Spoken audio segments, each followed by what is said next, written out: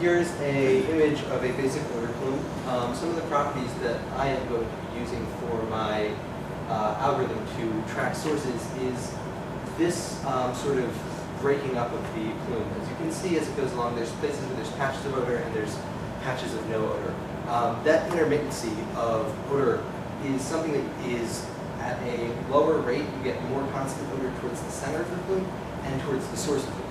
So if you're out on the edge, you might get a patch of odor once every second. Well, if you're in the middle of the plume, far away, you might get a patch of odor once every third of a second. Well, if you're right up on the source, you're going to get a constant odor stream. So by looking at those sort of relative intermittency rates, you can kind of track the source in a much more sort of dynamic way that allows you to use the properties of a turbulent odor plume to find a source, not an idealized lab condition. This is just basically an animation of what a bubble plume looks like in, this is actually a liquid animation, but they're very similar, liquid and air movement gases.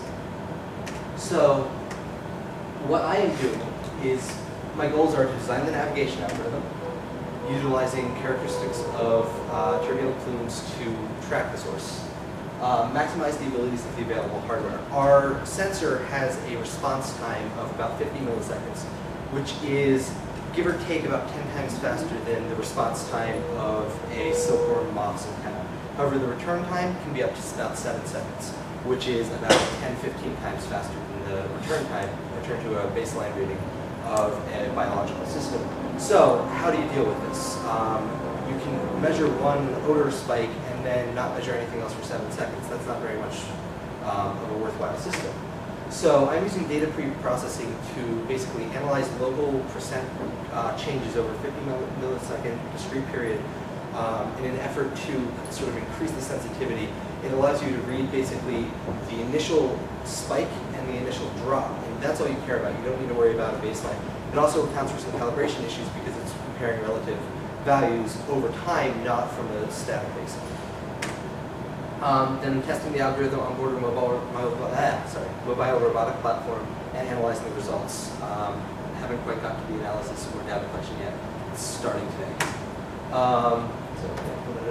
Progress. The test chamber has been constructed. This gives us, we haven't had a fan yet, but it's going to be down there to create a level of turbulence.